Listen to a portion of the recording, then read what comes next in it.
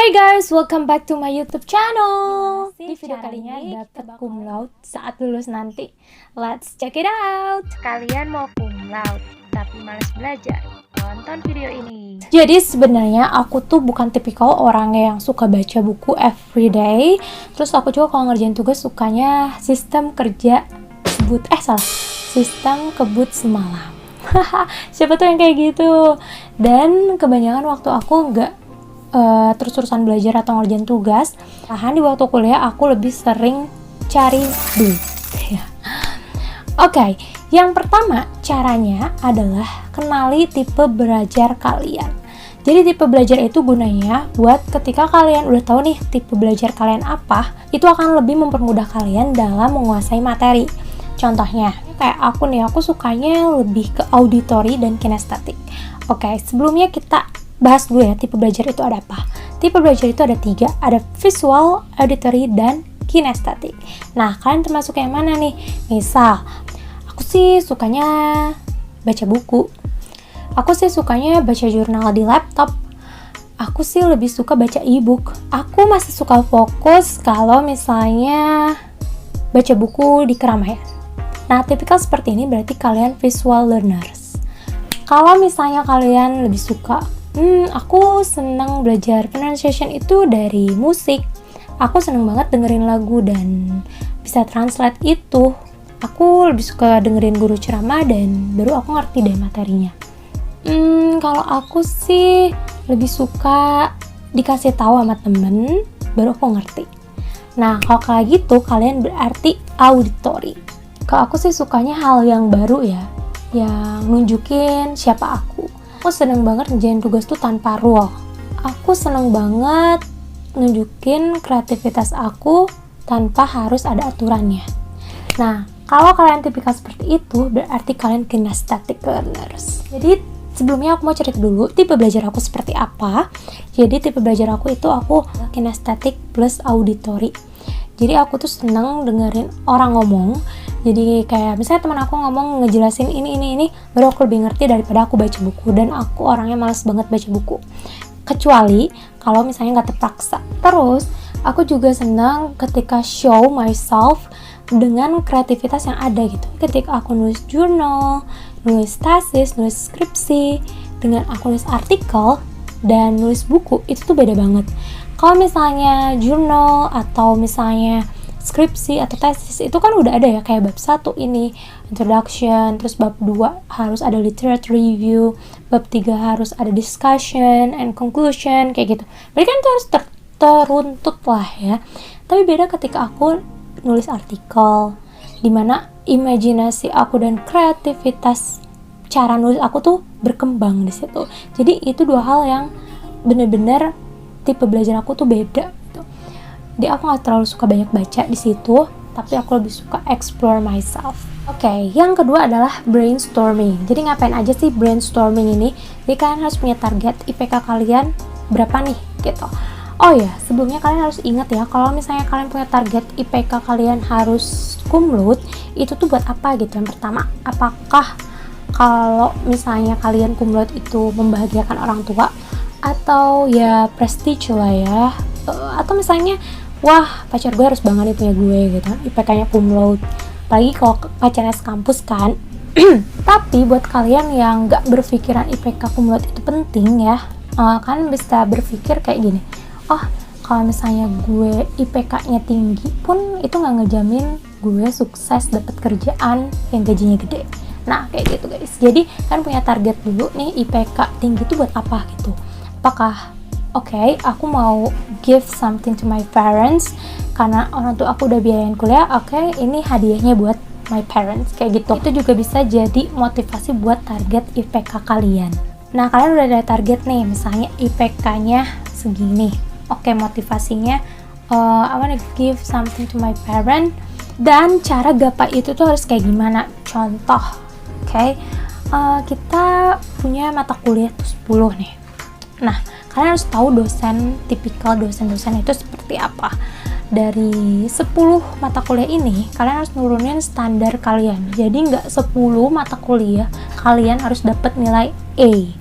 Karena ya nggak munafik juga kan, pasti kalian ada suka dan gak suka dalam mata kuliah itu. Pasti setiap dosen juga punya cara sendiri buat nyampein. Nah, aku tuh suka banget sama dosen yang bisa memotivasi mahasiswanya, jadi aku harus dapet A dari dosen itu. Jadi misalnya dari 10 nih, anggap aja kalian harus 7 dapet A. Nah, 3 sisanya buat dosen-dosen yang pelit nilai. Udah nggak apa-apa, lagian kalau kalian ngerjain sekuat tenaga pun kalian tetap dapet B kan, nggak akan dapet A. Ini ya, turunin standarnya dulu, kecuali kalau misalnya IPK-nya mau 4 atau 3,9, nah itu nggak apa-apa lah ya. Tapi kan yang penting cum laude gitu kan. Jadi kalau misalnya dari 10 mata kuliah, ambil 7 yang seenggaknya kalian dapet A gitu targetnya. Nah, terus nih, tipikal dosen tuh kan kayak misalnya yang 3 pelit, oke udahlah 3 pelit biarin aja dapet B, nggak apa-apa. Nah, yang 7 ini cari dosen-dosen yang memotivasi, dosen-dosen yang cuman datang terus keluar, dosen-dosen yang cuman ya udah sekedar ngasih tugas ya udah kerjain gitu, ya nggak ribet lah. Dan kalian harus pinter nilai tipe dosen gitu. Jadi kadang kerja cerdas itu lebih diutamakan daripada kita kerja keras, guys. Nih di kampus, aku sama teman aku nih, yang satu tuh rajin banget. Kalau aku gak rajin-rajin banget gitu, ya udah biasa aja masuk kelas yang penting datang, dengerin, pulang ngerjain tugas gitu kan. Nah, tapi kalau yang satu ini rajin banget sampai semua dibaca gitu. Tapi nilai kita sama-sama aja tuh, dia dapat 3,5, gue dapat 3,5. Karena gue mikirin dosen mana nih yang pantas gue kejar, sampai dosen mana yang ya udahlah nanti juga dapet B gitu. Nah, yang satu ini temanku ini, dia itu benar-benar kerja mati-matian ngerjain proposal itu gitu. Sedangkan kok gue ya udah ini tahu nih dosennya kayak gini ya, paling juga nanti dapat B. Akhirnya yang si teman gue ini yang dia benar-benar berjuang itu akhirnya muak gitu sama dosennya, tuh udah capek-capek gitu ngerjain tapi lo tetap kasih B gitu, padahal dia deket banget sama dosennya. Dan itu gak ngejamin, guys, meskipun kalian deket atau misalnya jauh sama dosennya, ya kalau tipikal dosennya udah kasih B semua ya udah gitu kan. Jadi intinya kalian harus kenal dulu tipikal dosen dan cari yang kalian suka. Contoh lain, misalnya di kampus itu aku misalnya ada 5 ya, ada 5 mata kuliah. Nah, 5 mata kuliah ini yang aku kejar cuma 3, karena yang 2 ini kayak statistika, ini aku bener-bener gak bisa ya. Jadi aku ngapain lah, udah capek kuliah, ngapain gue harus maksain otak gue belajar statistika gitu. Akhirnya ya udah, yang statistika ini ya kalau nggak belajar ke teman, ya udah nggak bisa belajar sendiri, jadi seadanya aja gitu. Cuman yang 3 ini bener-bener aku belajar yang bener, ngerjain tugas dengan sepenuh hati gitu. Jadi intinya, how to get the target, you need to know the way. Jadi kalian harus tahu gimana sih capai target dengan cara yang cerdas, bukan cara kerja keras gitu loh. Ya sebenarnya pasti semua butuh kerja keras ya, cuman standarnya minimal diturunin, karena takutnya kita sakit hati ketika kita nggak dapet itu. Terus ketika kalian ngerjain tugas, kalian harus mesti ingat ya, tipikal kalian itu apakah suka yang nyicil atau yang enggak. Kalau aku tipikalnya yang nggak bisa nyicil, jadi kalau misalnya due date-nya besok baru gue kerjain malam ini, dan itu baru otak gue bisa berkreasi gitu. Nggak bisa kalau misalnya due date-nya minggu depan yang gue kerjain hari ini, ya kadang suka mampet gitu si otak tuh. Terus tips yang ketiga adalah kalian mesti aktif di kelas. Even kalian misalnya nggak suka sama pelajaran itu, ya udah minimal nanya, kayak sebelumnya baca-baca dulu di internet tentang materi itu, baru kalian nanya. Ya minimal dosen tuh ngerasa oh ini nih anak interest, dan minimal kenal wajah kita. Jadi kalau misalnya meskipun nanti pas nilai pasti lupa karena mahasiswanya banyak banget, ya udahlah minimal aktif berpartisipasi di kelas. Nah, cara aktif di kelas juga bukan cuma itu, tapi kita harus bisa presentasi dengan baik. Jadi kan kalau misalnya di kuliah kan ibaratnya kita harus presentasikan sesuatu gitu kan di depan kelas biasanya, dan hampir semua mata kuliah kayak gitu. Nah, kalian harus menjadi satu yang unik, baik itu kalian bisa ngasih humor di tengah-tengah presentasi, atau kemampuan public speaking kalian yang baik, sehingga dosen pasti kenal kalian dong. Tips yang keempat adalah cari skill yang paling kalian suka. Jadi kalau misalnya di pendidikan bahasa Inggris nih, misalnya kalian suka speaking, ya udah kita belajar speaking, cari aja kayak lebih nilai mata kuliah speaking itu harus lebih tinggi dibanding mata kuliah yang lain. Karena kan nanti juga ketika kita jadi dosen atau jadi guru, itu ketika keluar tuh pasti satu skill yang diminta gitu. Jadi jangan sampai kalian harus maksain bisa grammar. Ya minimal dari 100% kalian bisa 60% lah gitu untuk mata pelajaran yang kalian suka. Terus nih pengalaman aku, daripada aku baca buku, aku lebih baik pergi ke kampung Inggris, terus aku belajar di sana. Belajarnya juga speaking, bukan grammar guys. Jadi emang bener-bener dalemin pelajaran yang kita suka. Tips yang kelima adalah pansos sama dosen. Jadi ada beberapa dosen yang deket sama mahasiswanya. Nah itu kalian ya deket-deketin ya, meskipun ini tipsnya hanya 0,0001% ya keberhasilannya.